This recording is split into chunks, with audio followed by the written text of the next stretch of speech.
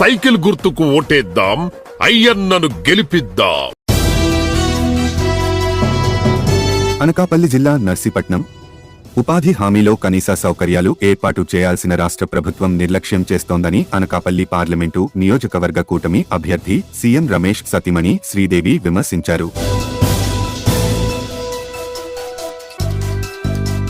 ఎన్నికల ప్రచారంలో భాగంగా నర్సీపట్నం మండలం గబ్బాడలో ఉపాధి హామీ పనులు జరుగుతున్న ప్రదేశానికి సీఎం రమేష్ సతీమణి శ్రీదేవి గబ్బడ సర్పంచ్ ఈర్లే రాజేశ్వరి పార్టీ శ్రేణులతో వెళ్లి కూలీలతో మాట్లాడారు.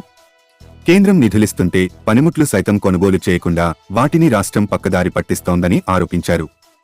డిగ్రీ పీజీలు చేసిన యువత సైతం ఉపాధి పనుల్లోకి వెళ్తున్నారంటే రాష్ట్రం పరిస్థితి ఎంత దారుణంగా ఉందో అర్థం చేసుకోవచ్చన్నారు. రాష్ట్రానికి వచ్చే కంపెనీలను షేర్ల పేరుతో భయపెట్టి ఇతర ప్రాంతాలకు తరిమేస్తున్నారని, అందువల్ల యువతకు జీవనోపాధి లేకుండా పోతోందన్నారు.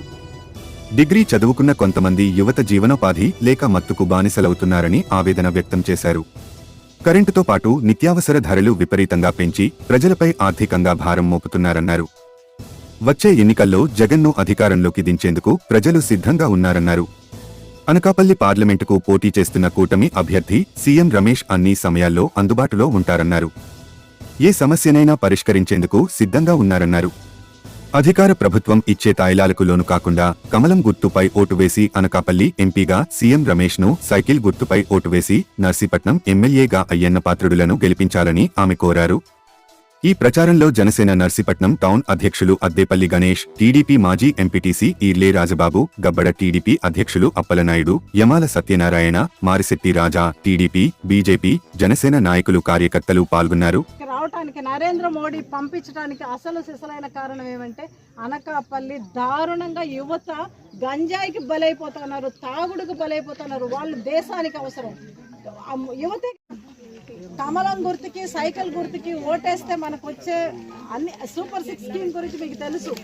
ప్రతి మహిళలకి 15,000 అమ్మఒడి కింద అది ఉంటారమ్మా.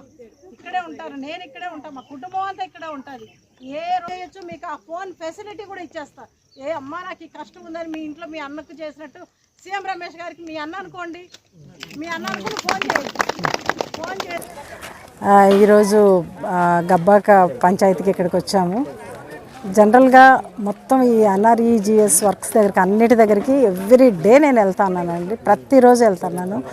కనీసం అంటే ఎక్కడ ప్రతి దగ్గరకు వచ్చి నేను బయలుదేరేటప్పుడు నన్ను అడుగుతున్నారు, అమ్మ మాకు పారలు లేవు, మాకు గడ్డపారలు లేవు, గుణపాలు లేవు, మాకు ఇక్కడ వర్క్ చేసుకోవటానికి వర్క్ మెటీరియల్ లేదు అని అడుగుతున్నారు. ఫస్ట్ డే నాకు అర్థం కాలేదు, ఎందుకు వర్క్ మెటీరియల్ వాళ్ళకి ఎక్కడి నుంచి వస్తుంది, ఇది గవర్నమెంట్ ప్రధానమంత్రి ఇచ్చే పథకం, ఇది ఎక్కడి నుంచి వస్తుంది అనేది డౌట్ వచ్చింది. అసలు ఎందుకు లేదు వీళ్ళకి అని ఫస్ట్ డే నేను మొత్తం ప్రతి దగ్గర వెళ్ళిన దగ్గరల్లా కనీస సదుపాయాలు ఉండాలండి వాళ్ళకి. ఇక్కడ మీరు ఒకసారి మీరు అలా కెమెరా చూపిస్తే టెంట్లు వేయాలి, టెంట్లు లేవు.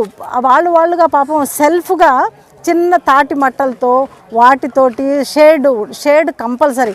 ఈ ఎండలో షేడ్ 100% ఇవ్వాలి, షేడ్ ఇవ్వలేదు. పైగా ఇక్కడ ఉన్న వాళ్ళకి తప్పకుండా మజ్జిగ ప్యాకెట్లు ఇచ్చేవాళ్ళు. పూర్వం గవర్నమెంట్లో ఎప్పుడైతే చంద్రబాబు నాయుడు గవర్నమెంట్ ఉండిందో ఆ గవర్నమెంట్లో మజ్జిగ ప్యాకెట్లు వాళ్ళకి, ఆ నీళ్లు, షేడ్ కొరకు, నీడ కొరకు షేడ్ అన్నీ ఇచ్చేవాళ్ళు.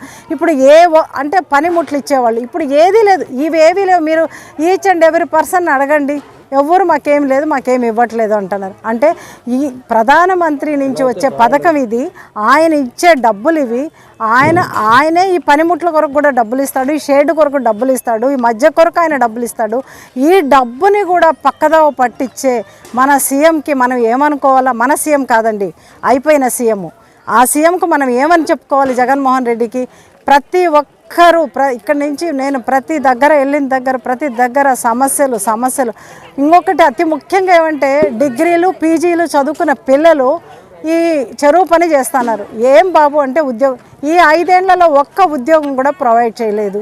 అంటే ఉద్యోగాలు ఎక్కడి నుంచి పుట్టుకొస్తాయి? మన గవర్నమెంట్ మనమే దానికి చూపించాలి ప్రజలకి, వాళ్ళకు ఉద్యోగం. ఇప్పుడు ఏదైనా ఒక పరిశ్రమ రావాలంటే ఎలా వస్తుంది? పెట్టేవాళ్ళు ఉన్నారు, పెట్టుబడి పెట్టేవాళ్ళు మహాత్ములు ఉన్నారు.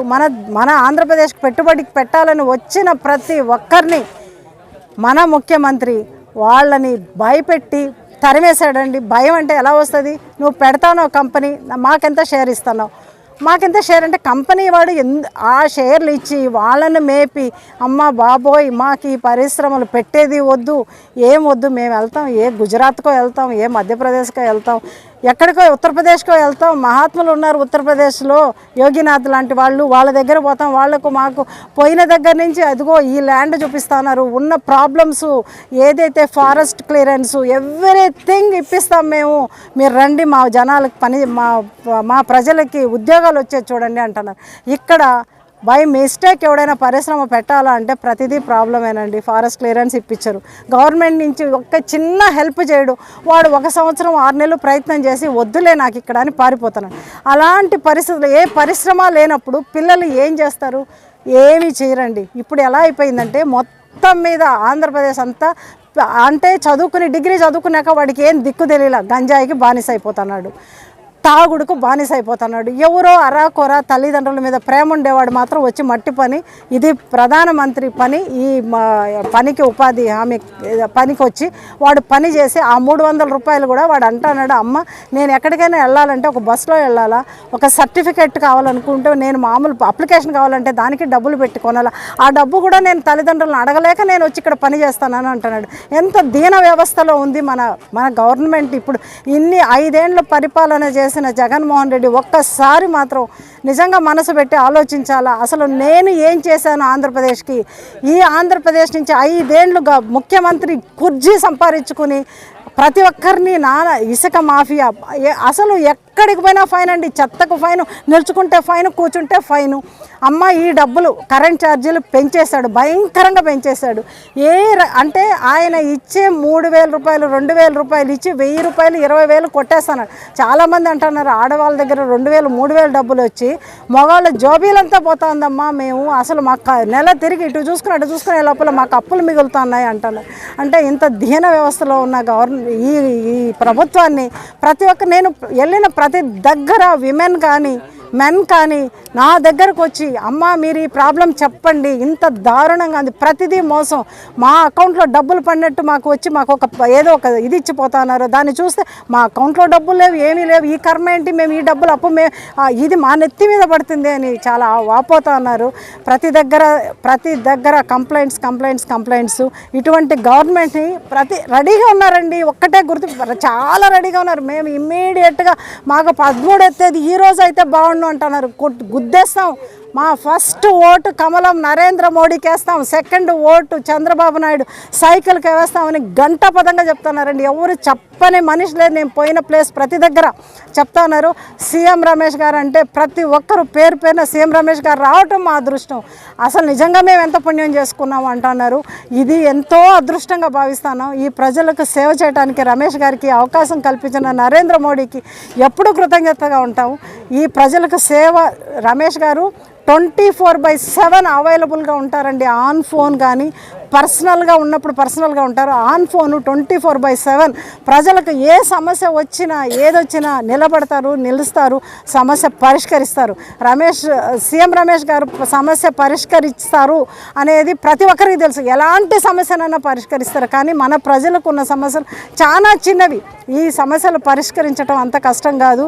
దయచేసి నేను అందరినీ ఒకటే కోరుకుంటున్నాను, ప్రతి ఒక్కరూ ఎలాంటి ప్రలోభాలు లాస్ట్ మినిట్లో పెట్టే ప్రలోభాలు ఏదైతే చండాలమైన ఉన్నాయో ఆ చండాలానికి లొంగకుండా వీళ్ళందరూ ఓట్లేస్తానని నాకు చెప్తున్నారు.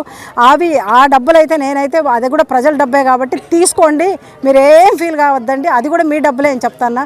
ప్రతి ఒక్కరూ మేడం తప్పకుండా మీరేం భయపడద్దండి. సీఎం రమేష్ గారికి కమలం గుర్తుకు మేము ఓటేస్తాం, చంద్రబాబు నాయుడిని సీఎం చేస్తాం, నరేంద్ర మోడీ ఆల్రెడీ పీఎం, ఆయనకు మన అనకాపల్లి నుంచి అత్యంత మెజారిటీతో సీఎం రమేష్కు ఓటేసి గెలిపిస్తామని అందరూ చెప్తున్నారు. అందరికీ చాలా చాలా కృతజ్ఞతలండి.